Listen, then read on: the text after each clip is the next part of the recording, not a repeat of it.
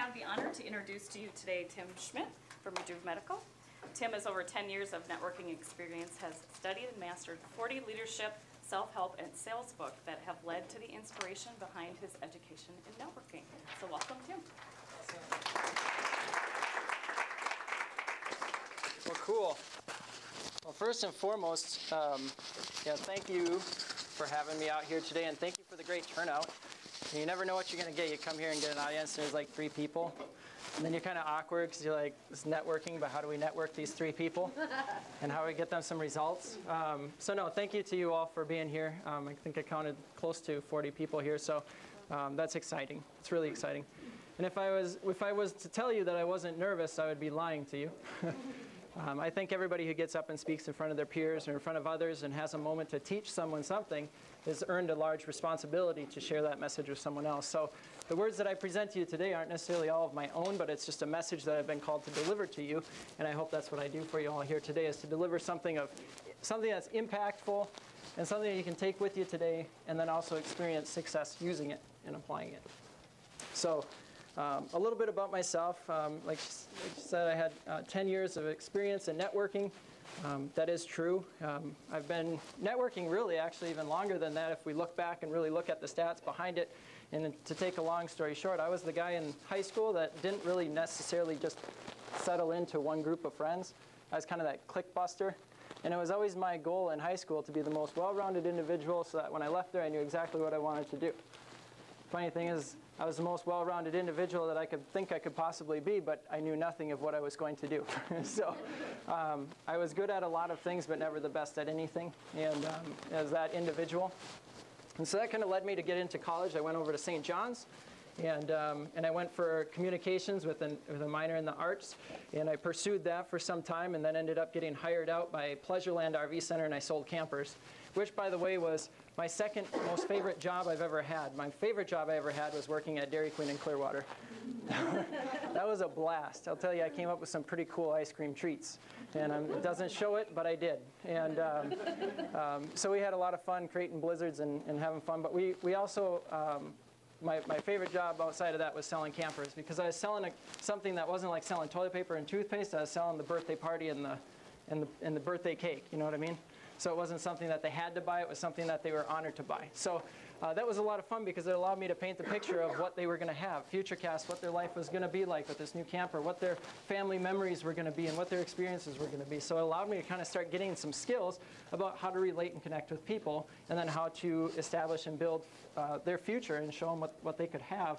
And it was me kind of giving them a hand up. So anyway, I went from there, started selling radio advertising.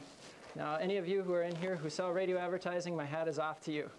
Because it's difficult, but you know what? It's fun because it's that hard knock life. It's that tough getting out there and being good at what you do, but also being knowledgeable at it and earning that confidence because you're earning the competence. And that allowed me to kind of gear my way into, okay, now I want to get into the community and how can I be involved in the community? And that's when I presented myself to one of my clients and said, you know, I'd like to work for you and run your restoration company because I hear you're struggling through some of this stuff. And I feel that I've got some networks that I could probably tie into and start getting you known. And so that's what I did. And I partnered with a restoration company that was a little too far too gone. So then I created my position at Restoration Professionals. And I really have a huge line of gratitude for restoration professionals, even though they're not in this area anymore. And the reason for that is because they got me networked. And what they did is they got me networked in this community. So instead of just being networked internationally, I was now networked in the community. And so they allowed me to come into an environment, and they paid me to come to chamber events. They paid me to attend things like this and really start to learn who other people were.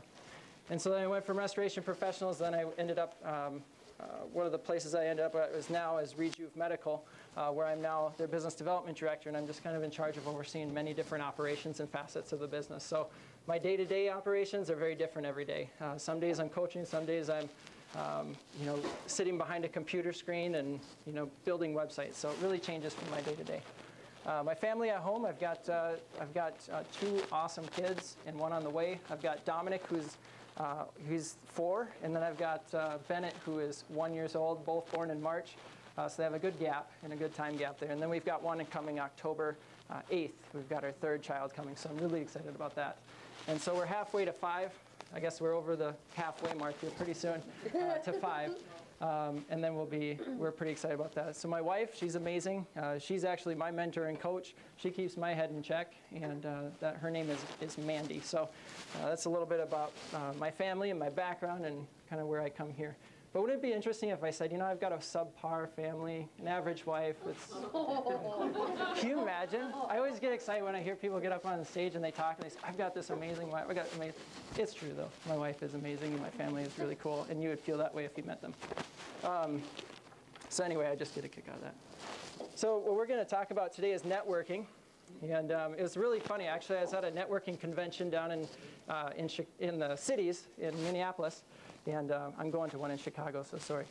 Anyway, I was down in Minneapolis, and it was really funny because there was a gentleman that came in and was talking about networking. And his name is Ivan Meisner. And any of you know Ivan Meisner? Have heard of him, right? He runs the BNI organizations and such. So we're down there, and one of the goals of this convention was to create joint ventures or JV programs and affiliate programs. So the goal was kind of to network with other businesses so that you could sell your product to that business so that they would sell it for you, right? Here's what was funny. So Ivan Meisner gets up on stage and he says, if you have a business card, pull it out right now. So everybody's pulling out their business card. He says, hold it up in the air and give me a hurrah. And everybody gives a hurrah. And then he says, now, if you're excited to sell something today, give a big hurrah. And everybody gives this big hurrah. He says, if you're excited to buy something today, give a big hurrah. The place was silent.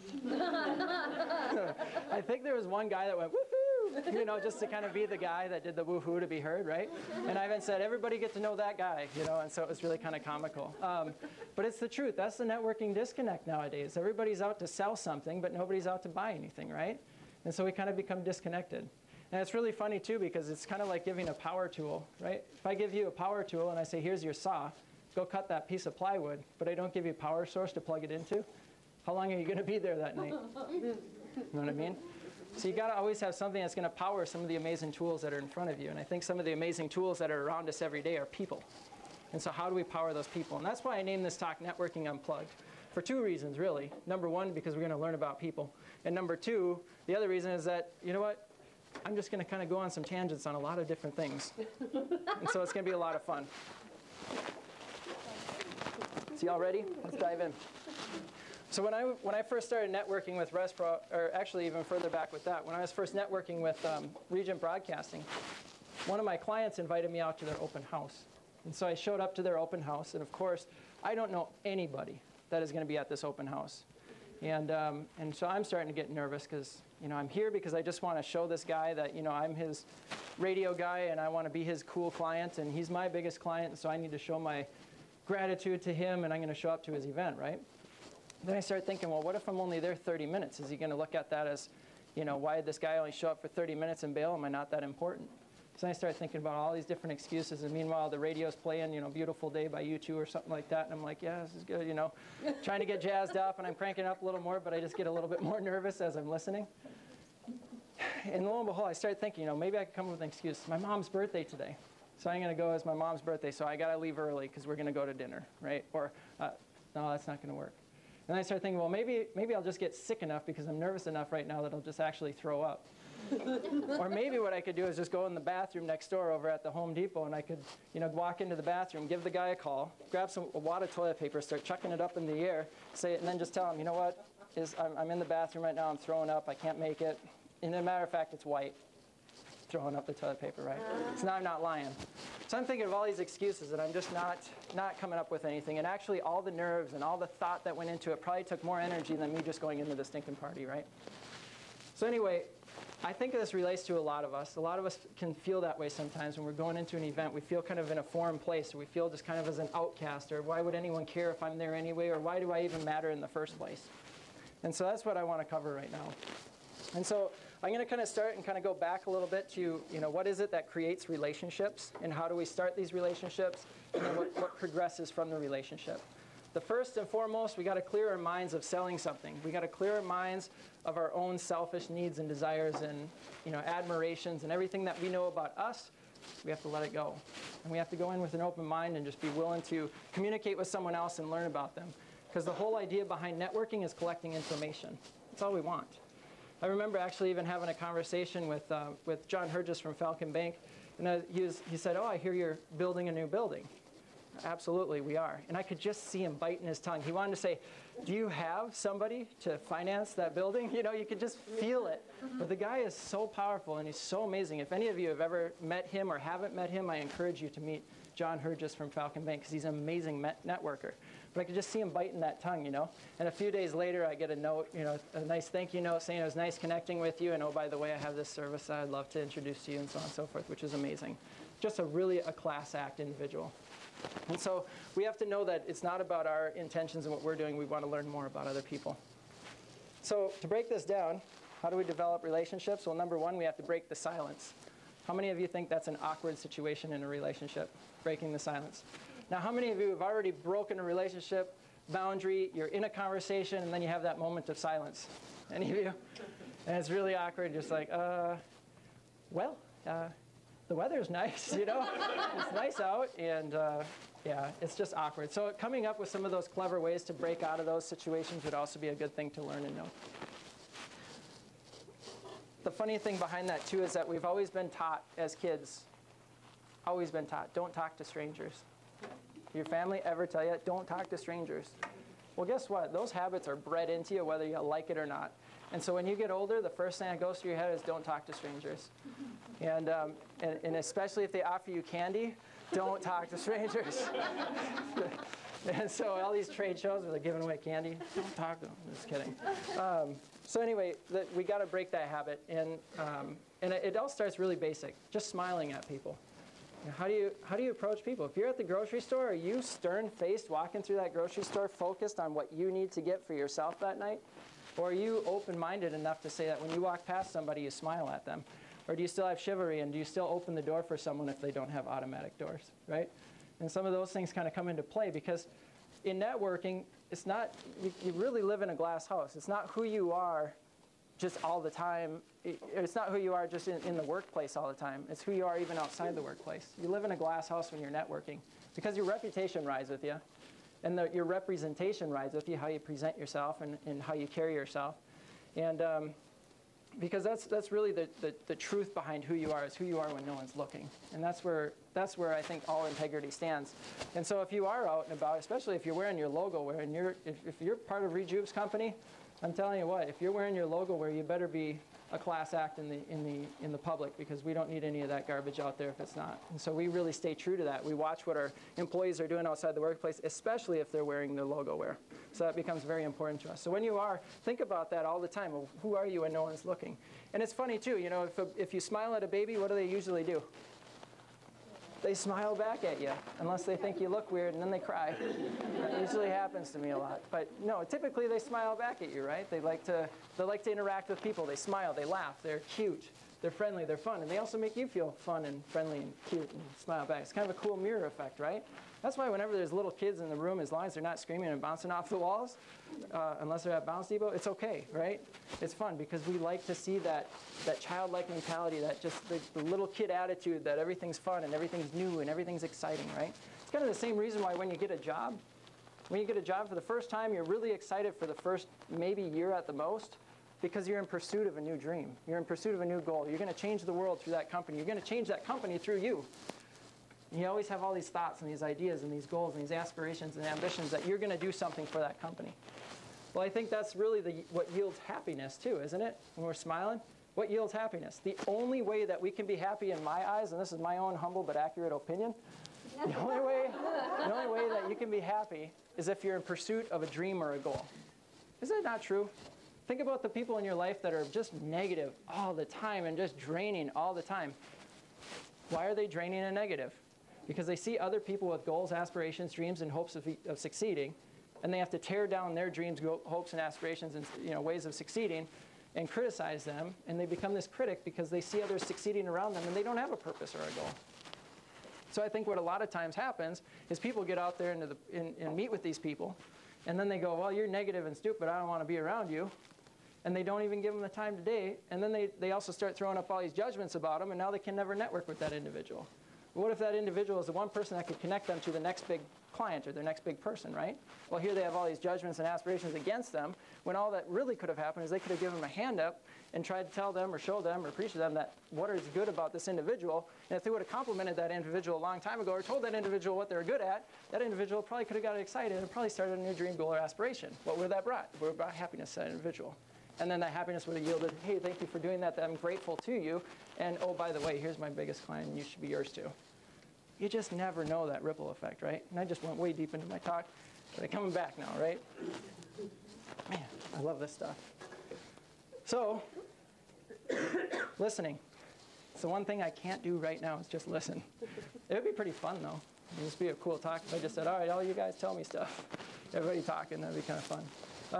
But anyway, listening, there's three things about listening. Number one, there's visual listening, there's mental listening, and there's verbal listening, right?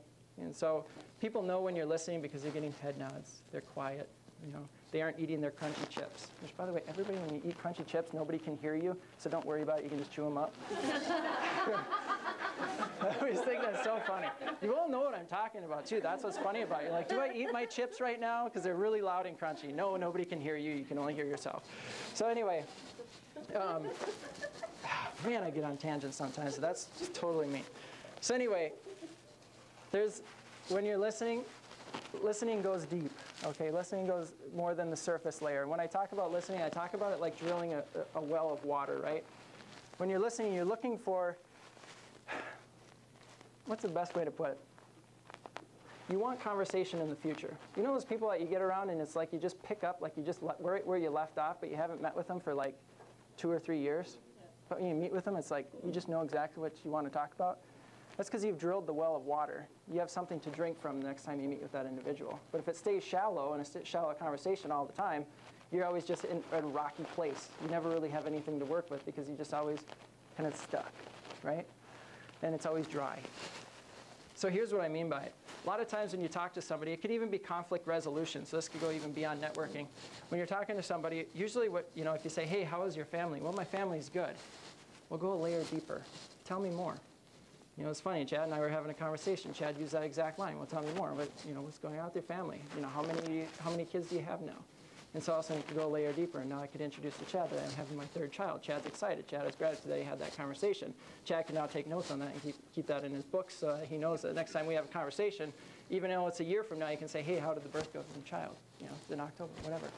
So a lot of that stuff is really clever and cool because you can always use those things to go a little bit layer deeper. And then even to go even further deeper, you can have those conversations where basically you're listening so attentively that you know the message behind the message. Kind of like when I said, everybody pull out your cell phone. No, I'm not going to tell you to silence your cell phone. It was kind of like, even though I told you not to silence it, a lot of you probably went, oh, yeah, I got to silence it. It's kind of the message behind the message. My wife does this to me all the time. I'm telling you. Women think differently, first off. As you can tell, I'm moving through my conversation. I'm pulling out box after box, and it's just like I've got to talk about one subject and move to the next subject. My wife is totally different. And it's awesome. But the cool thing is she'll do this all the time. So we'll have a conversation. By the end of the conversation, I know I better empty that dishwasher or I'm toast that night. You know what I mean? She had one of those days where you better kind of do what she's not saying and do it. But I think the same thing happens when you're in sales, when you're networking, when you're talking to people. There's so many things that people don't reveal to us that they want to tell us, but it's awkward and uncomfortable maybe, or it's just not the right time.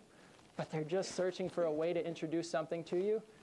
But if you're willing to sit back and be slow and listen, you'll catch up on it. And all of a sudden, it just clicks.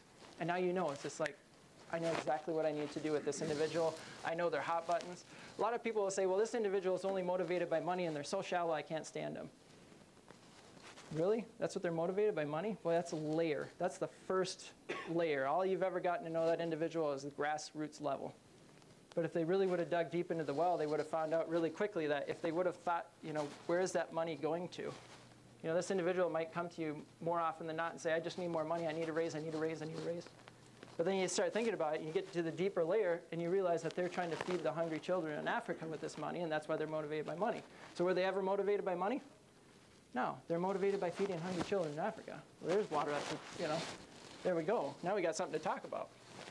And so that's what we got to do when we're listening is really, first off, be willing to shut our mouth And second of all, be willing to listen. And then also one of those things too that I like to talk about is that you got to be willing to not one-up somebody's conversation. You know, I just got back from an amazing trip in Hawaii a few months back, and I sure could tell you a lot because I was there for 2.5 weeks, and I could tell you everything there is to know about Oahu that I saw through my eyes, right?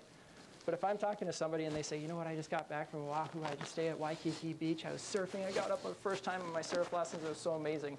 The last thing I want to do is say, oh yeah, I was in Oahu too, I was there almost 3 weeks, and I took a helicopter tour of the island. I just killed a conversation, you know what I mean? And what does that individual think of you? They think you're a pretty shallow individual too, because you just one-upped them. This happens all the time at family events. If you go to a family event, you know it's coming. And it's usually the very thing that starts a fight in the conversation over the Thanksgiving table, right? But some people, they just seem like they got to one-up everybody, but that's because they're wearing a sign around their neck that says, please tell me I'm important. That's the only reason why they're one-upping people. It's because they have this sign around their neck that says, please just tell me I'm important. And if you can, if you can humble yourself and just say, you know what, that's pretty amazing, tell me more, and then you can get more out of that conversation, you could probably steer that conversation pretty quickly.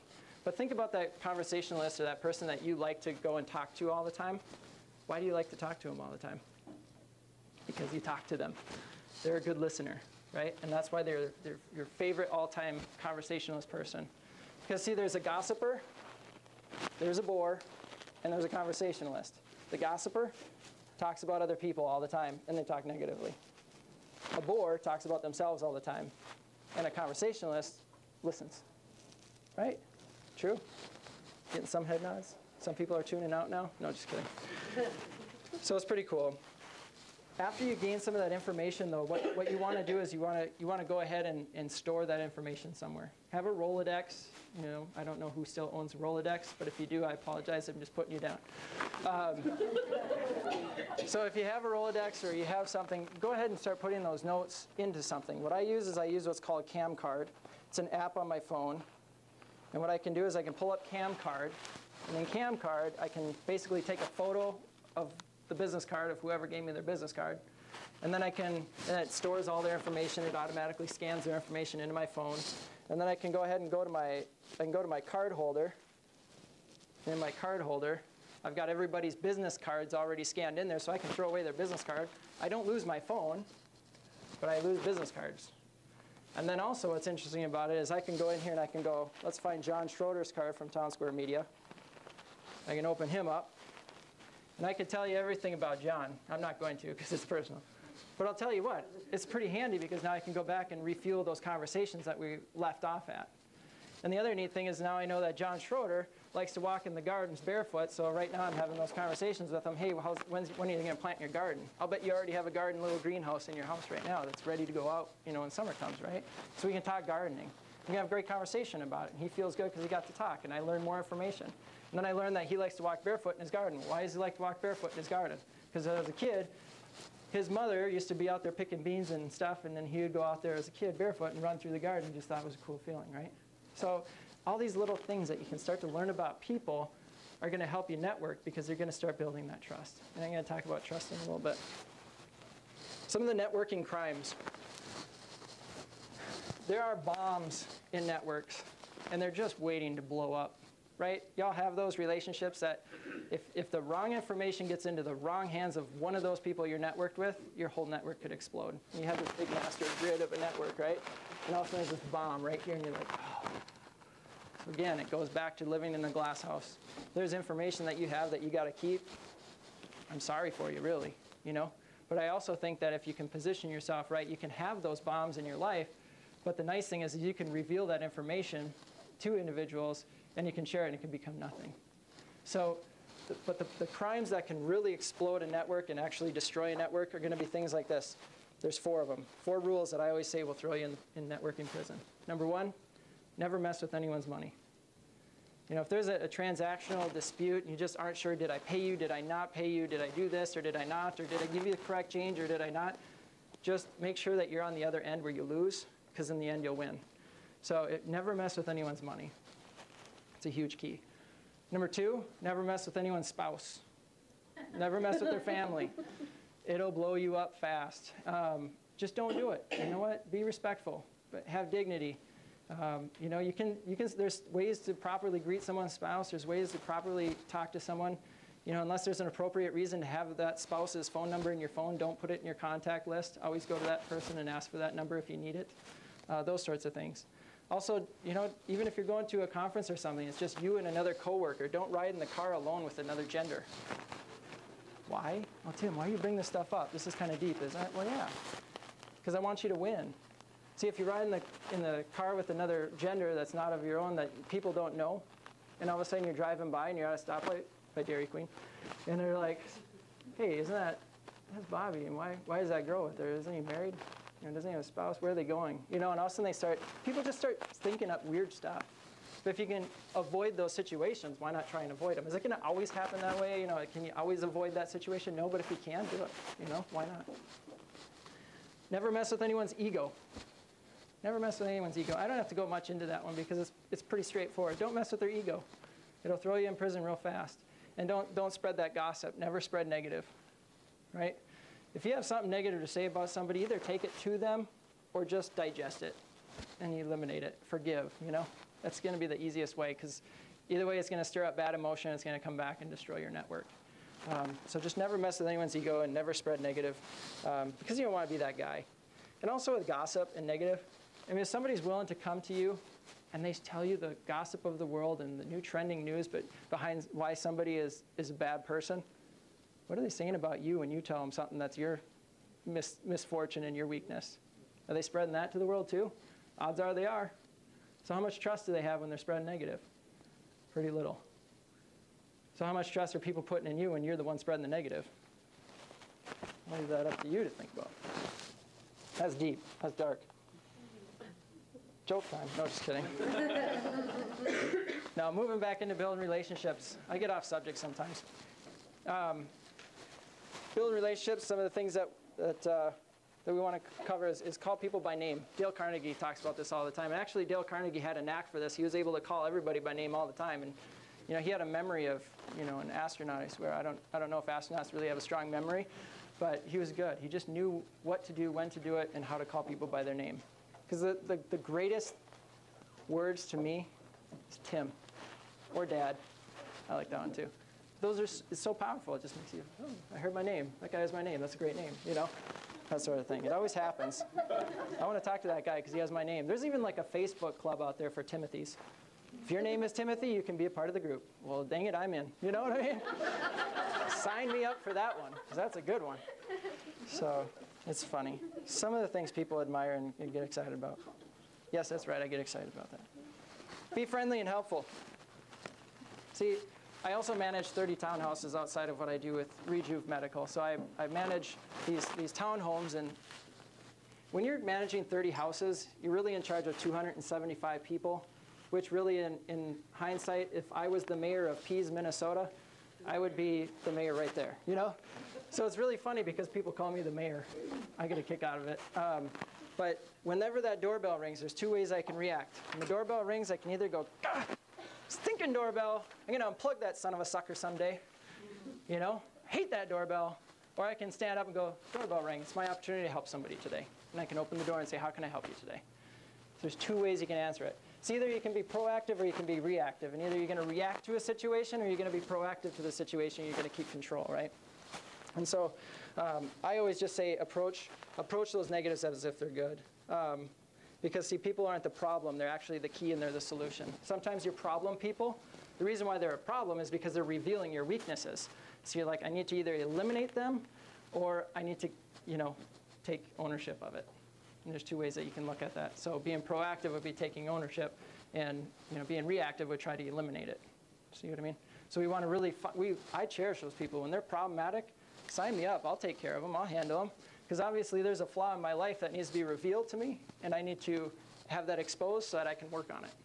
I love weaknesses. I'm not afraid of them. Heck, I love failure. We got to fail in networking, right? We have to fail.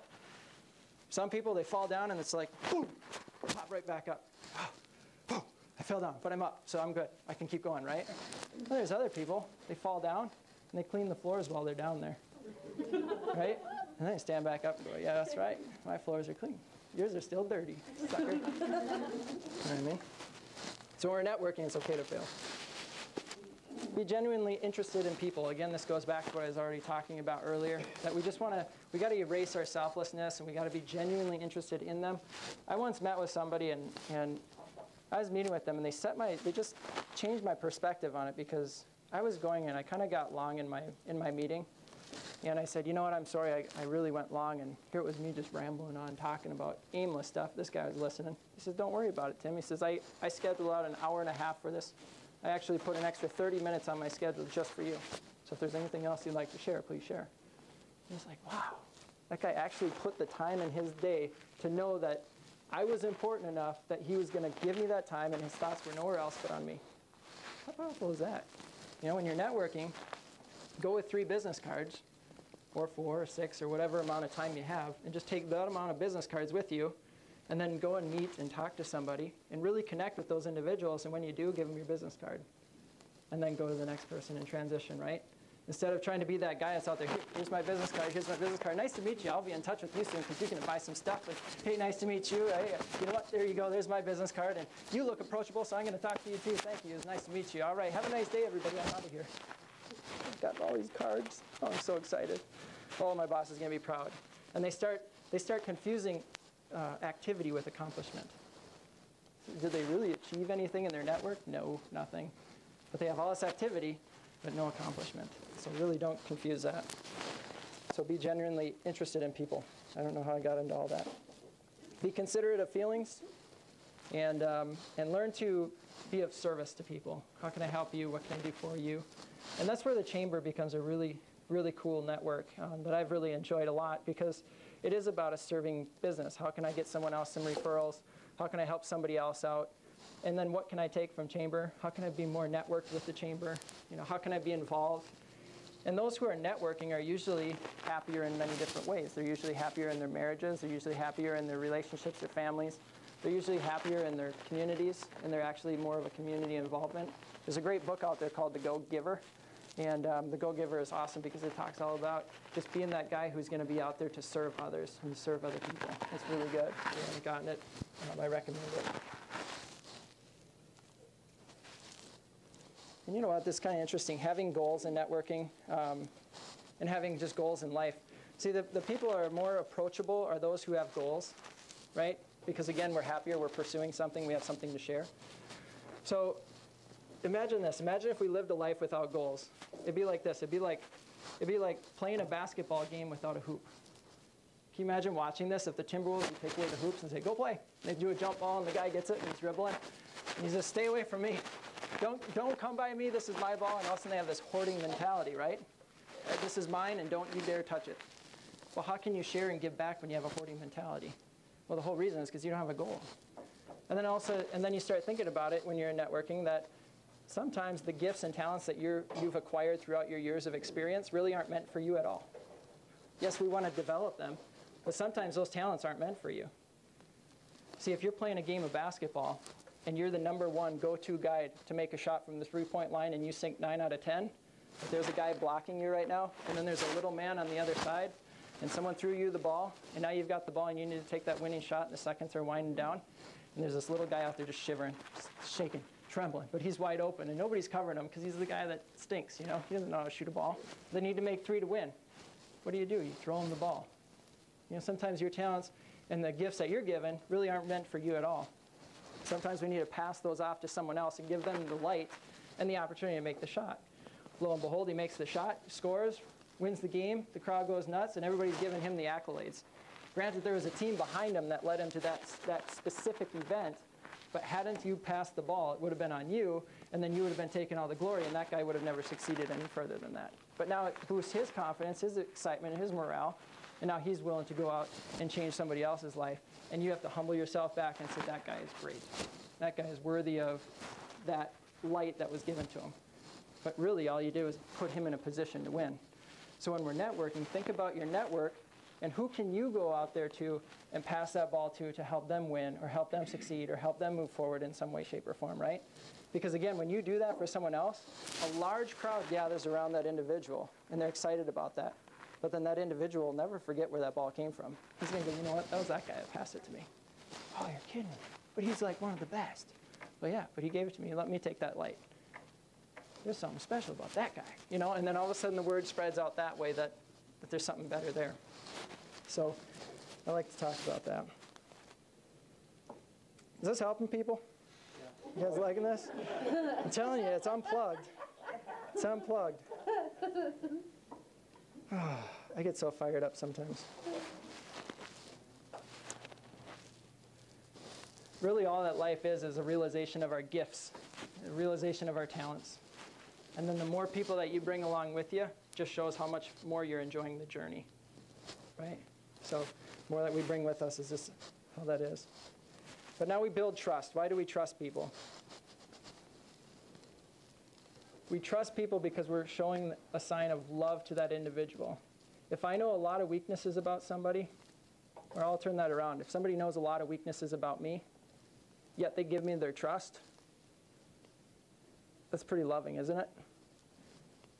You know all my weaknesses, yet you're going to still trust me with this stuff? Yeah, I trust you. Sometimes my wife says I'm too trustworthy sometimes. I just give trust to everybody. But you know what? It's always more rewarding and more fulfilling because we become servants to people. And when I say that, you know, it's not serving, you know, serving isn't just an act of, oh, I'm going to become a servant, I'm going to serve people. It's really, when you become a servant, you become, it's almost a fulfillment. You gain riches from that. And when I say riches, I don't mean money, I say riches as in fulfillment. You feel whole, you feel complete because you're giving and you're serving to others. So that success always comes when you're serving to other people. But, yeah, it's good. But do not trust people because they're perfect. You trust people because you love them. That's one of the quotes from Dale Carnegie. The other thing is you got to have a sense of humor. I'm going to tell a joke that I told Denny. So there's this grandson and his grandpa. And they're walking on the beach, and they come across this dead pigeon that's laying on the beach, this dead seagull, right? And the little boy looks at it and says, "Grandpa, what happened?" He says, "Well, he died and he went to heaven. He's with Jesus now." Oh. Boy gets really sad. He says, "He's with Jesus." He says, "Yeah, he died." And the boy starts getting a tear in his eye, and he looks up in the sky, looks down at the bird, looks at his grandpa and says, "Then why did Jesus throw him back down?" Again, I love it. Got to have a sense of humor. You got to have some fun. You know, you can't take things so personally. Some people want to express everything that's personable to them. They want to talk about government. They want to talk about politics. They want to talk about everything there is to talk about because they're going to change the world through their opinion. I was that way on Facebook during the election season. I do apologize sincerely if I offended any of you. And I would highly recommend not to do that because you will lose friends in your network. Just kidding. Just kidding. No, it is. It's one of those things that, you know, we can't be judgmental, and we have to have a good sense of humor through everything. We have to learn to be, you know, like a duck, just let it run off your back like water on a duck. It just rolls right off. You know, you seem calm on top of the water, but underneath your legs are just a kicking, and you're still moving through life, right? And when you walk through crowds when you're networking, walk slow, right? If you're always in a hurry, the people that want to catch you will never catch you. And there's sometimes the people that you really want to connect with. So just walk slow through the crowds. Be modest and introduce yourself and say hello. If you see somebody else standing outside the conversation, bring them in. You know, "Hey, did you ever meet this person? You ever met that individual?" "No, I didn't." "Oh, there you go," right? And bring people in. Have graceful exits. You know, if you're done talking, sometimes it can be awkward. Have you all felt that awkwardness where you're just like, "Conversation's done. I met a lot about you. I want to go to the bathroom so I can write down a bunch of notes about you. Have a nice day. You know, I need more pizza." And so that's usually, you know, I always think that that's always an awkward situation. So I don't have time to get into ways to gracefully exit a conversation, but make sure that you take some time. I mean, you can Google it, and there's hundreds of conversational things that you can do to gracefully exit out of a conversation. Heck, there's a book here. I brought my library.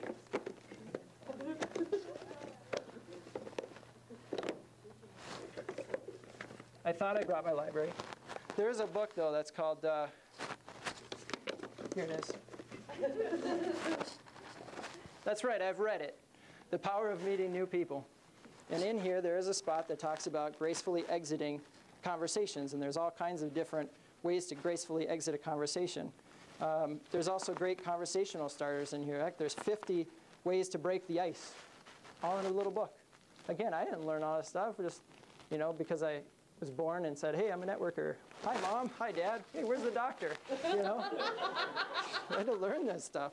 So the power of meeting new people goes into some really cool and clever ways to break the ice. It goes into some really cool ways to exit a conversation. So you can research it yourself, or you can come up here afterwards and look at the book yourself if you want. So a follow-up, a respectful follow-up. How do we do a respectful follow-up? Well, a lot of times, I think the best way is a thank you card. And really the most attractive personality trait that anybody could ever have is an attitude of gratitude. You ever notice that? People are just always thankful. My grandfather was that way. He wasn't always that way in his life. I'll tell you, the guy had a lot of enemies in the past, but by the time he had passed away, he didn't have many enemies. The only enemies he ever had was the enemies that they chose to be his enemy. It was really the only ones. And so have an attitude of gratitude is really a significant trait to have. And so if you're constantly looking for ways that you can say thank you to somebody, people are going to be attracted to hang out with you. And they're going to want to hang out with you. I see a lot of head nods, so that must be true. So how do we write a thank you note? If you're Jimmy Fallon, you get a really cool piano key going. And then you'd say, thank you, ranch dressing, for making everything new I taste the same. Or you'd be like, thank you, bicyclist who rides by me and gives me a nice wave, for a kind gesture to say, you're exercising too. Have a nice life. It's fun. Jimmy Fallon's great. Here's how to write a thank you note. Step 1, greet the recipient. Dear Barb. That was tough sometimes. Number 2, express your gratitude. What are you thankful for? Thank you, Barb, for buying me that beautiful blue sweatshirt. I love wearing it. I didn't even know that you knew blue was my favorite color, but you do. You must know, and thank you for that blue sweatshirt. Because you got to elaborate. That's step 3. Elaborate. I like wearing blue sweatshirts when it's nice and cold outside, so it's good. Then compliment and future cast. So you pay a compliment to that, and then it was very nice seeing you, and compliment them on X, Y, or Z, and then say I'm really looking forward to the future to grab a cup of coffee with you. Then the last 2 here would be restate your gratitude. Heck, maybe I'll be wearing that cool blue sweater again. And then you can throw down your regards. Cheers, Tim. So it's simple. Did you know that? How many of you knew that there was an art to writing a thank you note? There's 2 of you. There's 2 of you. Trust me, I didn't know that either until I met my wife, and I was writing thank you notes one night, and she dropped this book in front of me. And I felt pretty. On a personal note. I was having trouble reading it upside down because I'm dyslexic. Just kidding.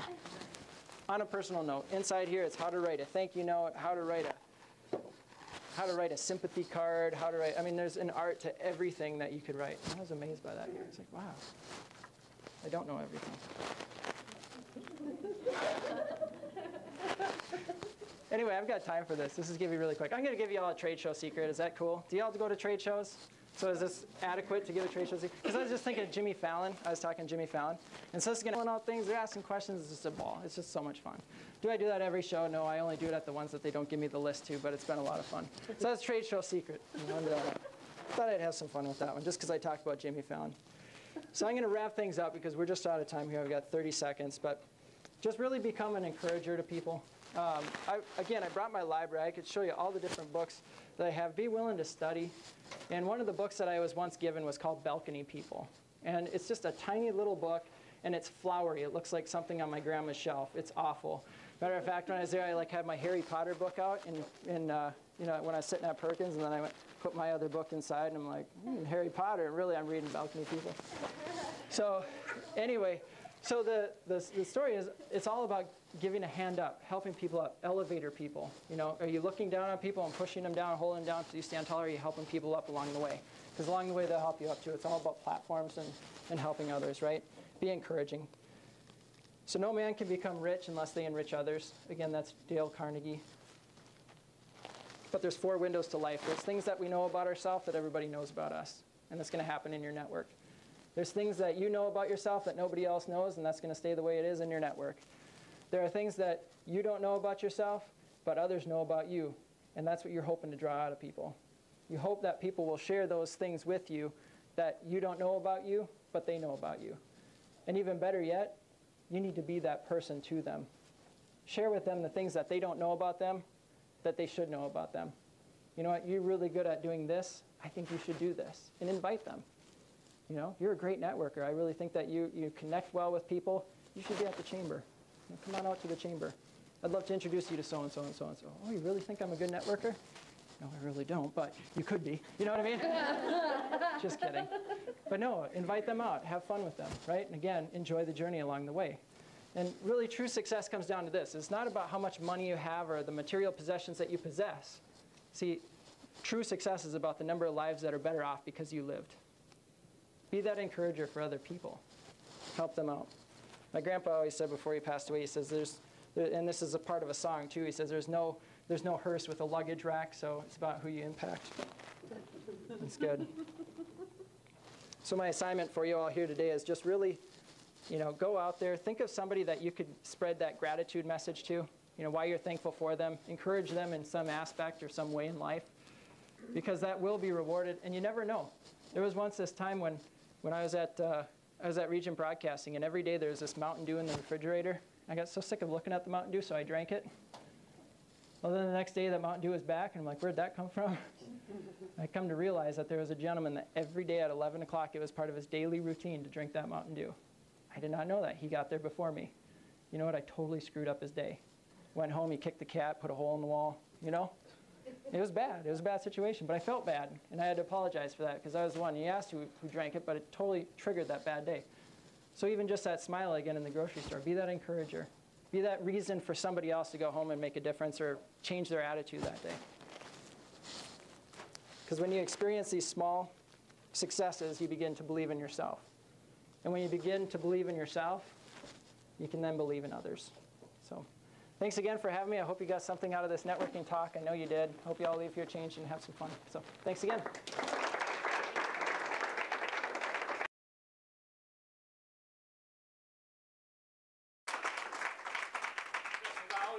Thank you all, appreciate it. Yes, it's hard to compete with barbecue, but you know, if I pass out a couple things, just pass those back. The insurance wheel of fortune, as I call it. Mahold Insurance. I'm Bob Mahold. I'm the managing partner at Mahold Insurance. We've been around for 80 years, though I don't think I look it. The agency was started by my great-grandfather in the 1930s when being a bank teller wasn't paying as well as selling life insurance on the side. So in the midst of the Depression, he decided to be an entrepreneur and start a business. And through hard work and a phenomenal amount of luck, we are still here. So Mahold Insurance, we do commercial insurance is our largest sector, both from in terms of property casualty and benefits. We also have a personal insurance department. And what we do really is risk management. Insurance is one way to handle risk, but it's only one part. The Insurance Wheel of Fortune outlines our AIM process. AIM stands for Analyze, Implement, and Monitor.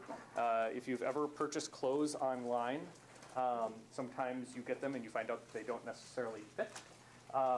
It's the same thing with insurance coverage.